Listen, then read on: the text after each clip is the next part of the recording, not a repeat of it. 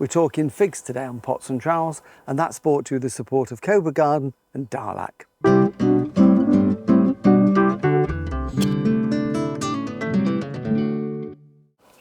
Hello and welcome to Pots and Trowels. Well, I'm in the undergrowth here, as you can see. We're actually in a friend's polytunnel, and you may remember we came here back in the spring to do some work on a fig that had just gone mad in here. And if you want to see that video, of course, that is on YouTube. You can go on there, search for it, and we'd love it if you like it and subscribe. And it was a fig that is in this polytunnel and had just grown really, really well, but it was actually pushing the roof off. So we had to bring it down to stop it puncturing through the polythene. And the aim is, over a couple of years this is going to take, is to bring it down lower so we've got bushier growth instead of it all going up and pushing the roof off.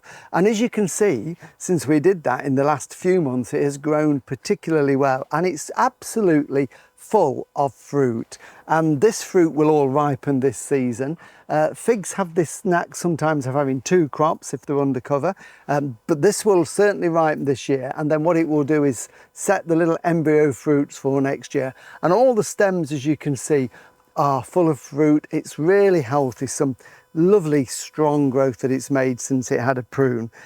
So what I've come to do today is nothing too drastic, because we'll do some more of the winter pruning again when it's in the dormant season. But where we're getting these long growths like this, and this is a really good example in here, because the idea is we want to get a bit more growth into the centre.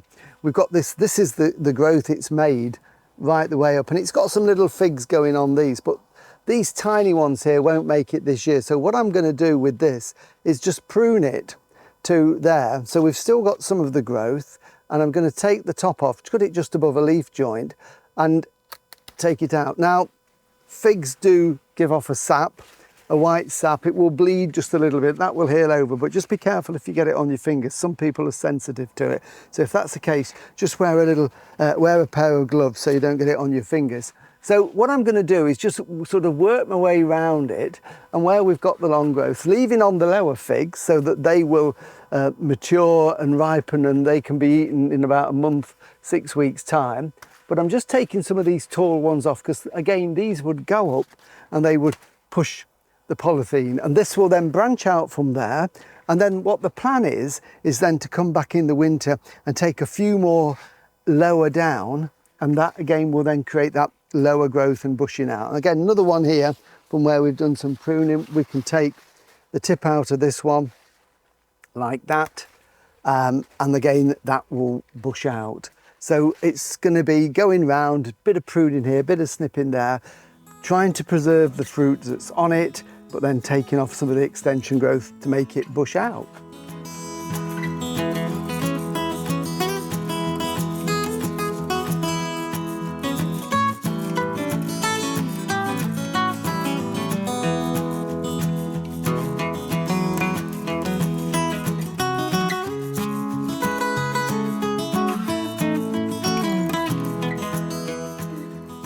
Where I've got a really long stem growing here that is literally coming from more or less ground level, I'm going to cut that one back a little bit harder, again to encourage that lower growth. So I don't know whether Joe can see that. You see that okay down there? So I'm going to cut that out. So I'm taking this big long stem out. When they produce really vigorous growth like this, they don't always produce figs on it, because it's putting all the energy into that growth. So what that will do now, having cut it down quite low, the top 2 or 3 buds will branch out and it will fill this gap. So come the winter, some of these taller ones that are very close to the polythene can go. So it is a gradual process of encouraging low growth, and then we can gradually reduce the height to make it much bushier. You may have noticed down below there's quite a bit of mare's tail, horse tail, call it whatever you want. This is unfortunately growing in the raised beds in the polytunnel. It's really, really difficult to control because the roots just go down feet and feet. So all you can really do in this situation is just to keep pulling it out. It's obviously not harming the fig because this is growing so well, but you just keep pulling it out, and that way it won't cause any competition and you can keep it under control. So I might pull a bit of that out while I'm here as well.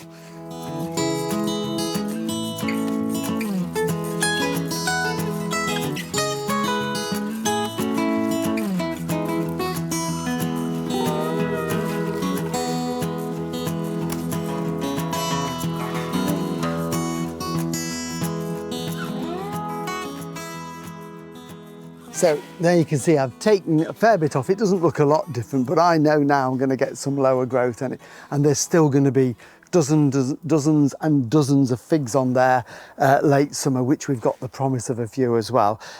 This can all be put on the compost heap and chopped up, but some of this new growth will actually make a cutting. So I'm going to take some of these pieces home and we'll do a few cuttings, because this is such a really good fig. I don't know what varieties. I suspect it might be brown turkey, but I just can't bear to see these go to waste. So we'll take a few cuttings and I'll show you how to root them when we get home.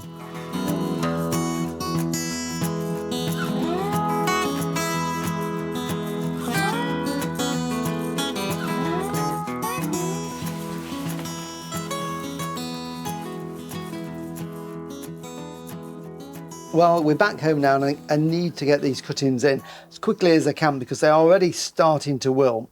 So what I'm going to do is take fairly short cuttings with them. Short cuttings tend to work better. Cutting them below where there was a leaf joint, like that. You can use little snips if you don't want to use a knife. Just taking off those little stumpy bits where the leaves were. I shall take that leaf off. And this one here, that is going to lose so much moisture. I'm just going to roll it up. I'm actually going to cut it in half like that. So there's still a little bit of leaf on there, and I'm going to take this pot here that I've put some multi-purpose compost in, and I've mixed a little bit of vermiculite. That just helps with drainage and it gets air down into the compost, which is important for the rooting process. And I'm just going to dip those in, so make a hole about 1.5 inches, 2 inches deep, and just push that cutting down into there. So I shall put 4 around the edge of this pot, because once they do root, if they root, because there's no guarantee they will, but because normally you would do them a little bit later when they're slightly firmer, a little bit more ripe. So I've got nothing to lose, of course, because they were going to go on the compost heap. So they can be given a drink of water.